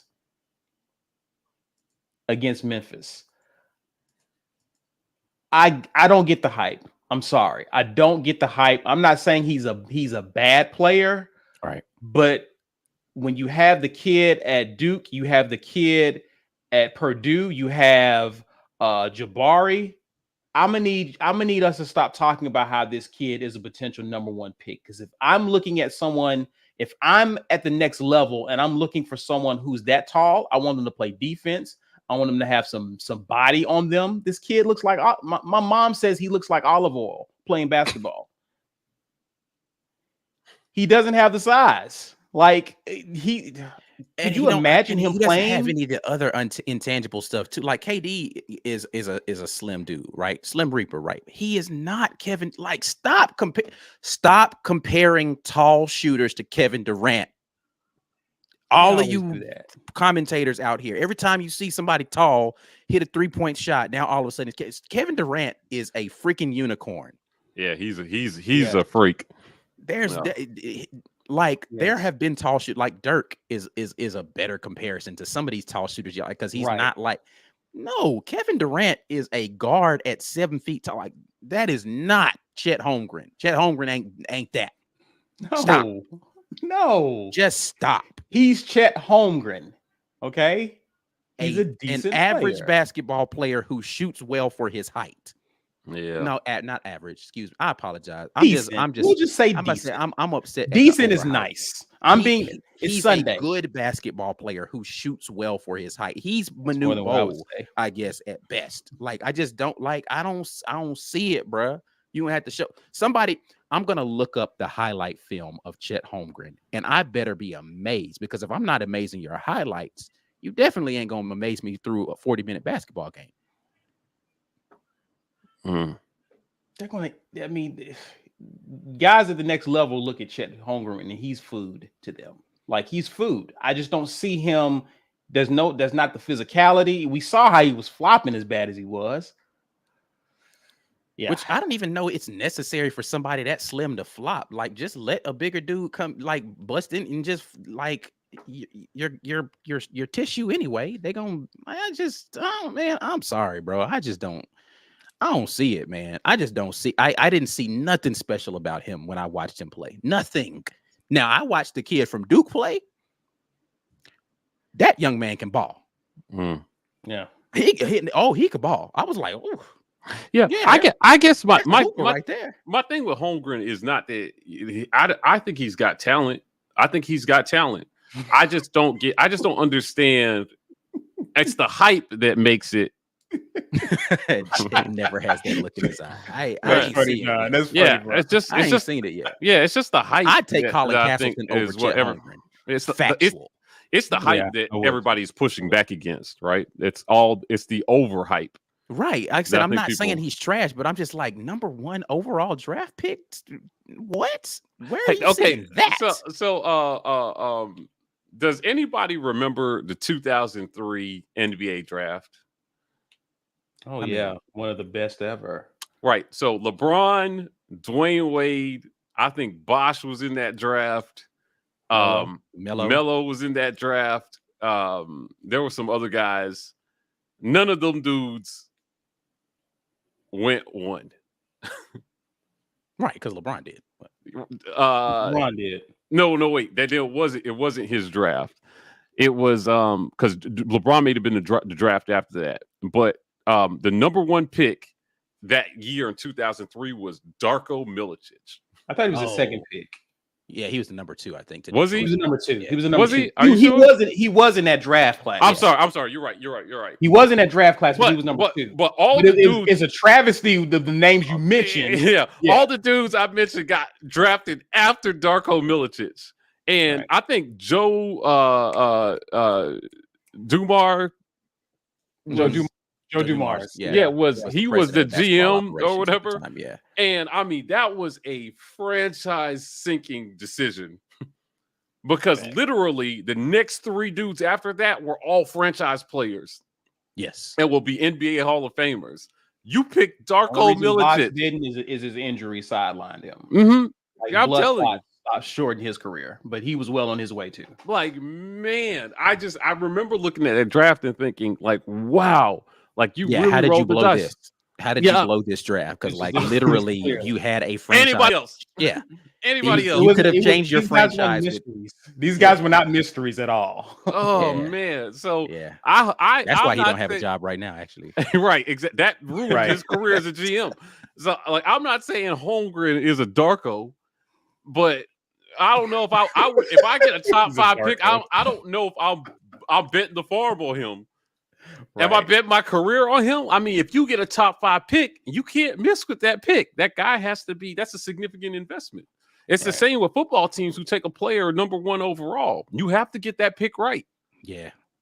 Yeah, you can't miss when there are that many guys in the draft. Like it's like, dang, bro, how you miss on all of these? Right. A couple years ago, you looked at the Bengals had the number 1 overall pick, and you look at it and they said, you know what, we're gonna go for this guy Joe Burrow. He's pretty good. It worked out for them. Now imagine if some too cool for school GM outsmarted himself and took literally anybody else but Joe Burrow. Right? It would have been such a mistake. Yeah. So I don't know what Holmgren will ultimately turn into because he can put on weight at the next level. I just wonder how it will change his game and if he going to improve his shooting against better competition, because our guy Auburn Memes over on Twitter has been making this point to Gonzaga fans and they hate it. And he's just like, hey, you guys keep making a big deal about his 3-point shooting, but he's like less than 30% against quad 1 opponents. And in his last 5 games, he's only hit 1 3-pointer. So I went he must be due for like an 8 3-pointer game. Yeah, I'm saying if he's a great 3-point shooter, this is a hell of a drought for a great 3-point shooter. So at the wrong time, but mind you. Yeah, at the worst time possible. Yeah. So I don't thank God for Timmy, like you said, right? Because if they were leaning right now, we're at a point where we eased our way into leaning on Jabari. We won a bunch of games without him being our top scorer most nights. Correct. Right. Now we're at the end of the season, and he's rounding out into the player that we knew he could be. But other guys know how to go get theirs because they learned that through the process of the season. Right. I'm not sure that's what's happening with Holmgren. He could probably use another year in college, if you ask me. He's one of them kids. I'm not sure if he's a one and done, then he's doing himself a disservice because he's not ready. He's not ready for the NBA, bro. Like, or go to the development league. Big men are different in the NBA now, bro. Like, that's what I'm saying. He's food. You're not banging with Joel Embiid at all, ever. Like, you can hang that up. Mm-hmm. What's the dude from Denver? Yeah. It's not happening. Jokic is gonna eat your lunch, fam. The Joker? Oh Lord, no. And if you actually get matched up against the dude people been comparing you to, KD. Oh man, ankle. Post.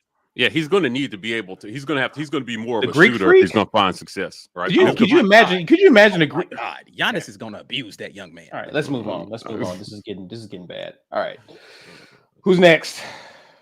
Well, you wanted to move on, but I'm next. So just camp out here for another second. I hate to break it to you, but we're gonna stay here for a second. And hold on, my thing didn't save. But I'll go. You go. To it. Okay. All right. So y'all see, my guy is not here tonight or this afternoon. My guy B Will. Gotta say, congrats to him. His wife just had their second baby boy So congrats to my man B Will, his wife Danielle, on being parents ×2 now. 2 boys in the house. Looking forward to making the ride down to Auburn to go see my new. He's not my real brother, but Brian's been my friend for forever, so it's like my nephew being born. So congrats to my guy B Will and his wife Danielle on their second child. Yes, indeed. Prayers that continues to be a healthy baby, and can't wait to come down there and make that ride to come see y'all, man. Yeah, that's sure. it. Awesome. Mike G, are you ready to bring us back to the Zags? Yeah. I mean, listen, I have a reason. There's a reason that we're here. And I joined a Gonzaga space last night. And it was I cursed. I audibly cursed. They drove me to madness. So what did we see is, listen, Gonzaga fans are butthurt, man. They're triggered and they're delusional, all at the same time. That's a lot of things to be all at the same time. I don't understand it. I don't understand it. They are, for a team that like won, they won. Now we fancy ourselves a no sunshine pump zone most of the time, and when we're sunshine pumping you, we tell you we're sunshine pumping you. We'll be like, guys. Believe it or not, I try to say I stay pretty tame. Like if y'all heard me off mic, you'd be like, he's like, listen. Now, listen. Let me tell you something. Like this is my guy right here. He's telling the truth. I've seen him in rare form. It's a rap album. Yeah, right. So,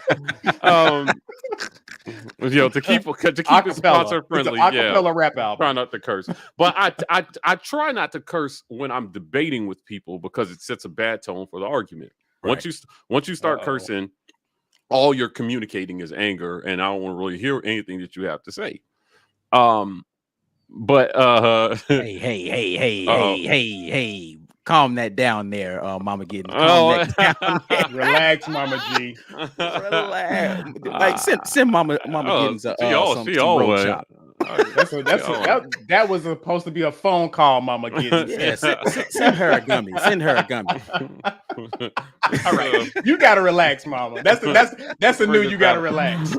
You need a gummy. Let's bring that down a notch, right? But I guess my point is when I went into their space and Pedal didn't give you enough. Golly, she got like no. Trust me. It's irrelevant.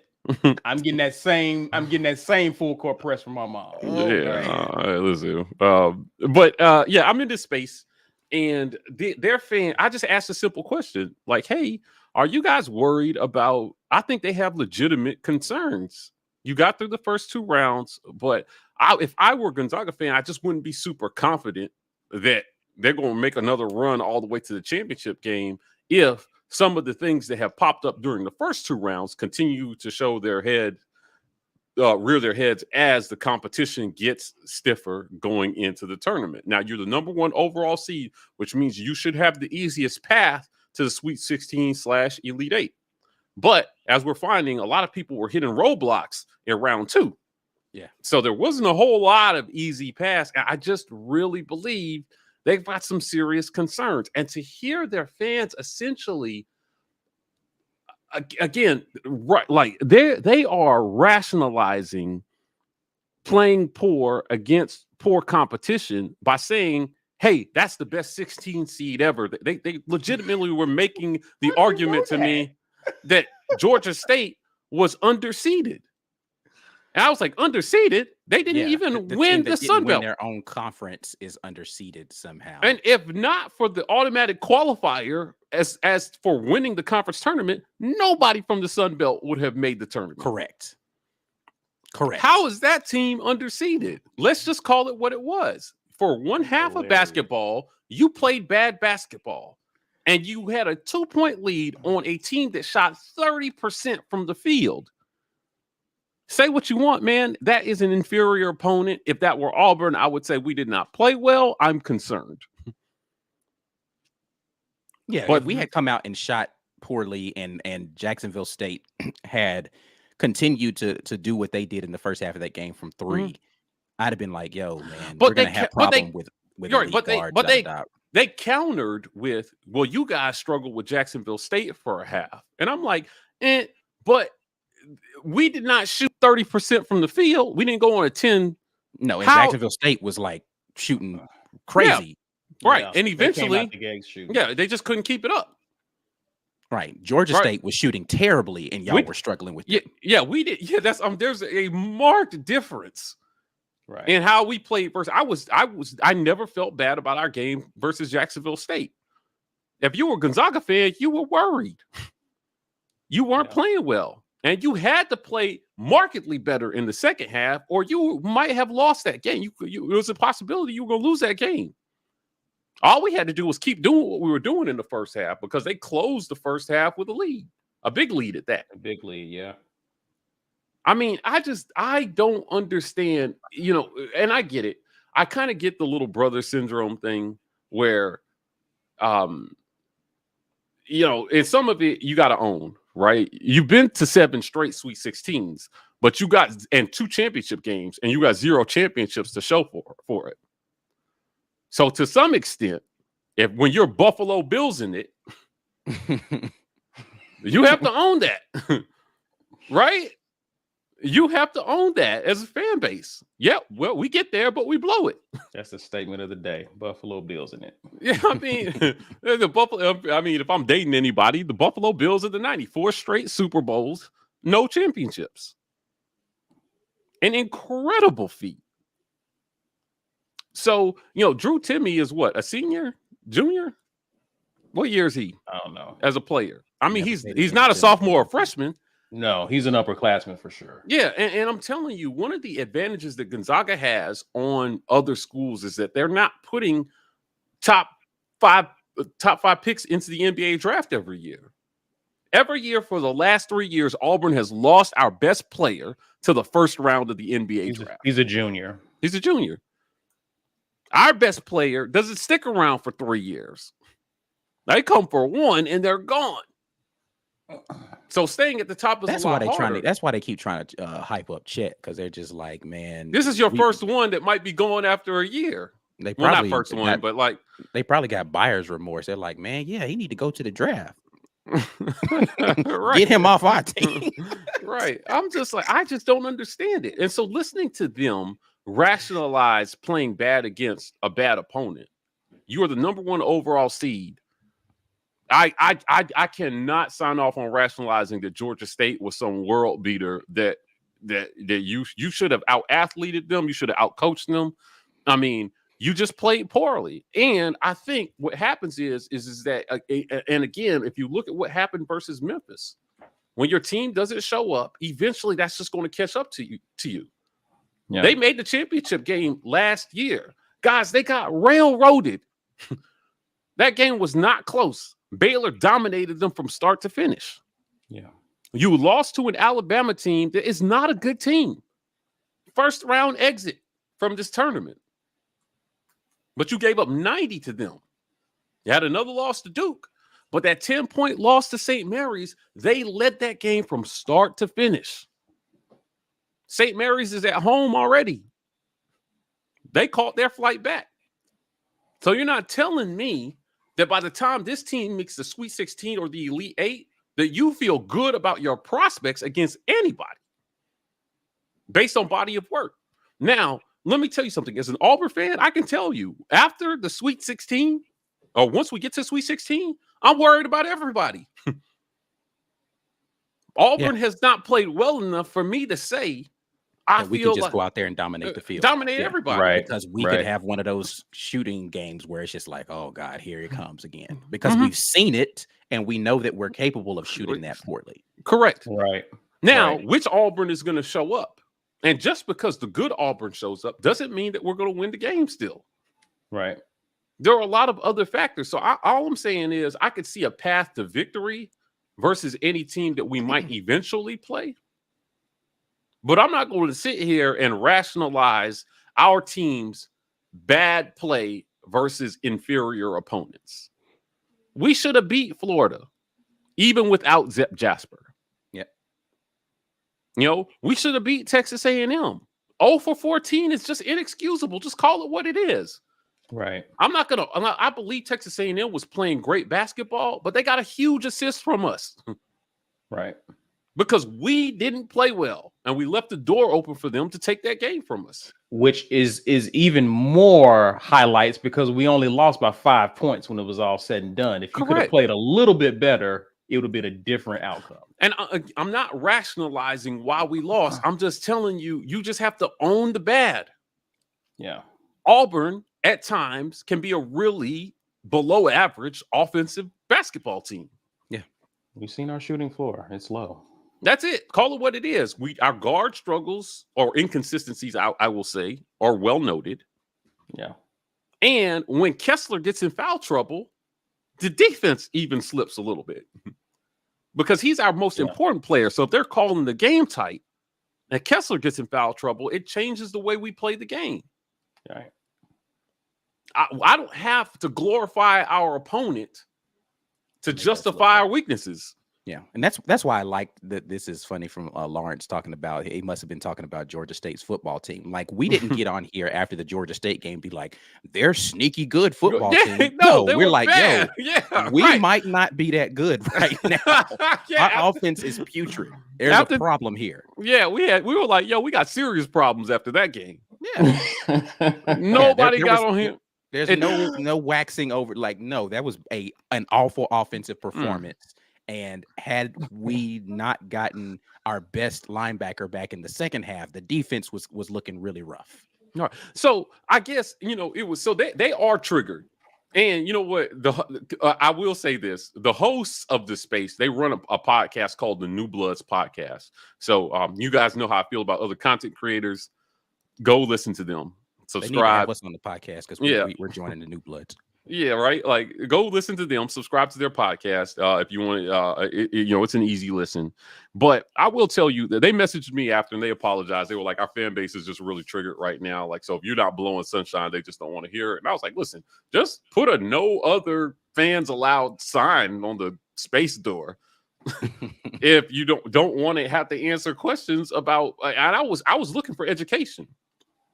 I don't follow Gonzaga that much until about tourney time or conference tournament time. And now I'm looking, I just have questions about what I'm watching.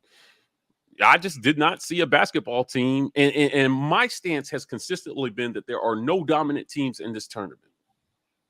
Another one of their fans said to me, like, Auburn looks beatable. I said, that's everybody in the tournament. He said, not Gonzaga. I was like, you a lie.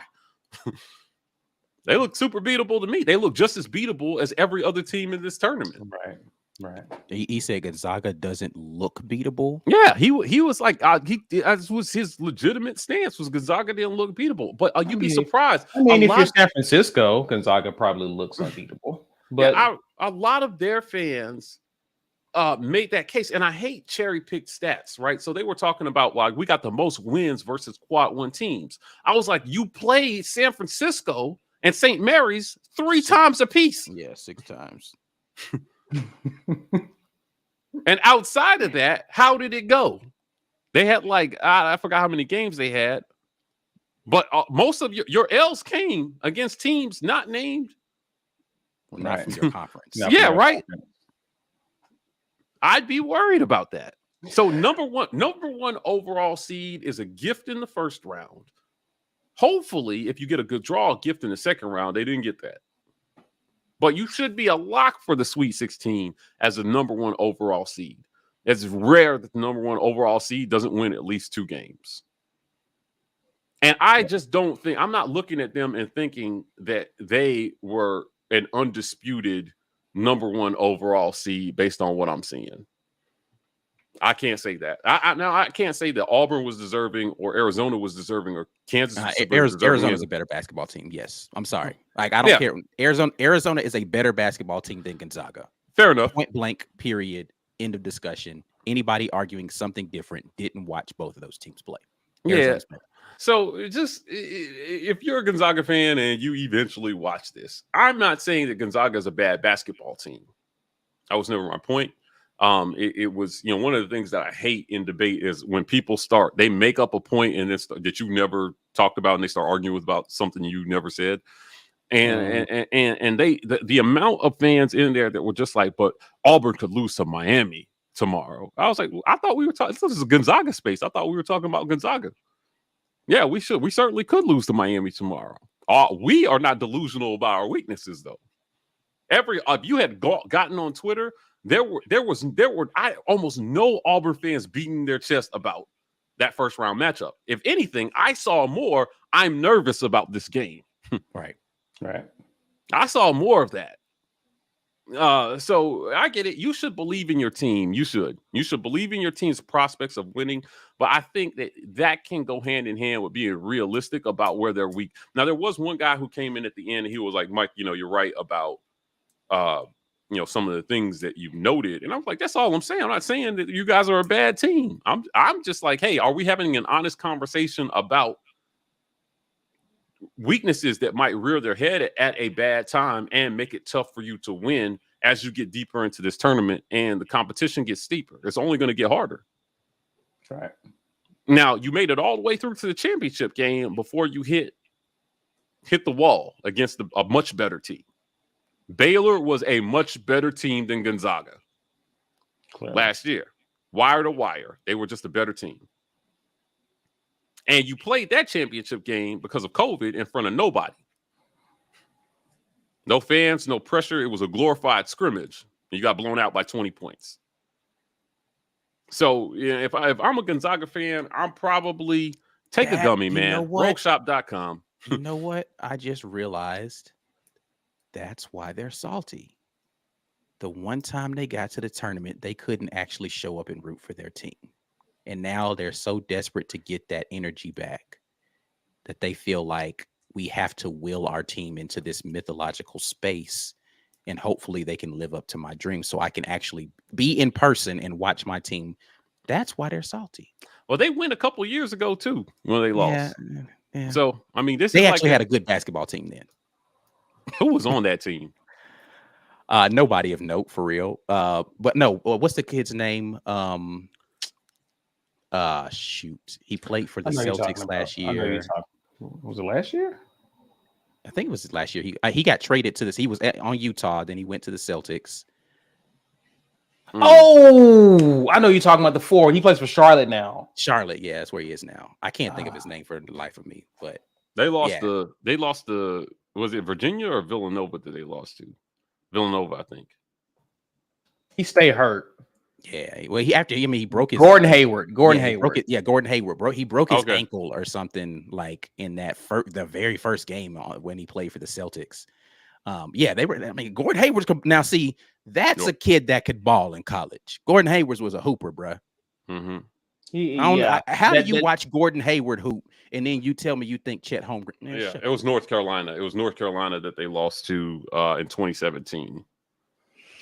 Right. Walt basically says Zag's living that left coast life. Get hurt really easy. Hey, listen, man.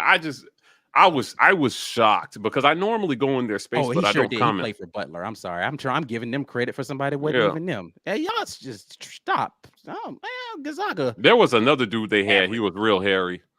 Kelly Olynyk. Did he play for Gonzaga? Did he? They had another dude that was another dude that was so hyped up, but he really wasn't here. He didn't pan out. Oh, he did. All. Kelly Olynyk played for Gonzaga. Okay. No, there's another dude. Now you got me. Now you piqued my interest. I'm like, who is? I can't think of his name. Gonzaga folks. As soon as I see it's Adam Morrison. There it goes. And there he was overrated as it. That's what I'm saying. Like they made a long time ago. That was 2006. They made a big stink of him because he was getting buckets in college. He was the third pick in that draft. As soon as he got to the NFL, NBA. I mean, the NBA, he was just. Yeah. Okay. So now I understand. Again, it's all coming into respect. You guys like to overhype the people that come and play because y'all ain't never seen nobody like that at your school. Jalen Suggs. Suggs is a hooper. Okay. Jalen Suggs is a hooper. Yeah. He was number 5 pick last year. Jalen Suggs can actually hoop. Mm-hmm. But So I like I said, I was just shocked because I normally go into that space just to listen, and I very rarely comment. But I thought, you know what, today let me just see. They won, so I figured they'd be in a happy mood, and I just asked a question, and it went off the rails quickly. Wrong. Nah, they had already been getting a barrage of people attacking them when Memphis had the lead, and they're like, "Oh, you guys are about to lose," so they were already on edge. So just winning the game wasn't enough. I They didn't blame dominate; memes. they were on edge. I blame memes. Memes is constantly antagonizing Gonzaga fans on Twitter. They deserve it. Yeah, and it was, you know, and I think a lot of his criticisms are fair, though, even though he's admittedly just kind of picking at the wounds there, and I get it. They feel like John people are Stockton constantly was a telling, hooper from Gonzaga. That's true. wow, this whole rap song about him. And y'all, then they. I mean, never were mind. I they ain't gonna really get into that. Gonzaga though when he was back then? No, he was like the 1984. their only claim to fame for decades. Yeah, like that. And That's again, I'm not saying Auburn is some basketball powerhouse, right? So like this is not a comparative conversation. All I'm saying is calm down. Ronnie Turioff went to Gonzaga as well too. Okay, So good for him. That's a name. Yeah. So yeah, He's got a ring. For you Gonzaga fans. I was trying not to. Like I said, if you're listening, I'm not saying Gonzaga sucks. I'm not saying they don't belong in this tournament. I just feel like you're right where a lot of the other top seeds are. You've got a chance, but there are legitimate concerns. You're vulnerable. You're vulnerable, like every other team in this tournament. You're vulnerable. Every team in this tournament is vulnerable. Gonzaga is no different. So that's it. And if anything, it showed this weekend. Okay, deal with it. Yeah, you got a good team, but you're vulnerable, and maybe even a little fortunate. Fortunate that your first round matchup was not St. Peter's somehow. Right. I think if they had gotten St. Peter's, it would have been tough for them as well too. And some of these other matchups were just hard. I mean, number one overall seed, you got Georgia State. That was a gift. And it allowed you to play terrible for a whole half of basketball and still go in up. Right. But can you imagine if Gonzaga had come into this tournament like a 5 seed or something? They might have got run off the court in round 1. But you got a chance to warm up and get your stuff together. And that's all I'm saying. So I'm done. No, you're not. Tell people how to become a patron. Hey, listen, hit our YouTube channel, hit that join button, become a patron. Ike is doing lots of basketball breakdowns for you guys. So we definitely want you guys to partake in that. Become a member. It's a great way to support our content. We're growing here at the War Rapport. So your support helps us bring you more content. Hardest working content creators, January to July. Football season will be upon us before you know it, and we want to be as viable as possible by that time. Also helps us get noticed, man, so we can bring you guys more interviews and things of that nature that you're looking for. If you haven't seen our quarterback series, we got more coming for you guys. So we got Robbie Ashford and TJ Finley to come on and talk to you guys. Looking to get some of the other guys in that room in here. Become a patron, support the work that we're doing. We're partnered with the Lee County Humane Society to raise money for a good cause. So go to our About section, click the donate button, and 50 cents on every dollar given goes to Lee County Humane Society to help them #save all the puppies. They're doing great work. They're a part of the community. We want to support them. Help us help them. Congratulations to our raffle winner. If you did not win, you can visit our merch store and just buy a t-shirt. We got lots of fly stuff in there. Go to thewarreport.com. Take it straight to our merch store. We appreciate you guys for supporting us in that way. We're on podcast, every single podcast platform. Check us out. We're doing podcast exclusive content now. So some of the stuff we're talking about, we're inviting guests on.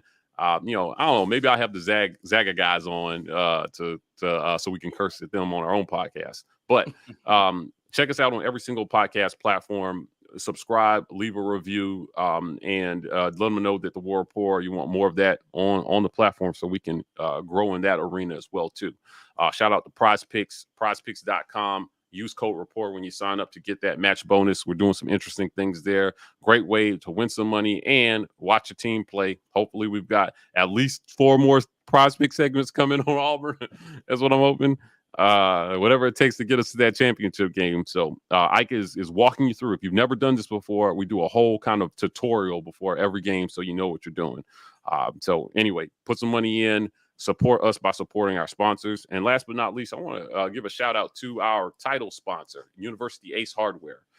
They have been a great sponsor for us. We appreciate them being on with us all season long. Just, came on before football season, stuck with us through basketball season. Just great partners and great members of the community down there in Auburn. Visit them at 2101 East University Drive in Auburn, Alabama, right next to the movie theater. Ace Hardware. Ace is the place. Indeed. Guys, I want to thank y'all for watching with us. Whether you're watching on replay or watching live with us, do us a favor before you get out of here. 2 things we need you to do. Share this video, use hashtag Get Your Weight Up, whether it's Facebook, Twitter. Do both, actually, if you have both accounts there. We'll greatly appreciate that. You can hit the like button, smash that like button. If you're new to our channel, please subscribe. We go live. We'll definitely be going live after games, especially games that Auburn wins in this tournament.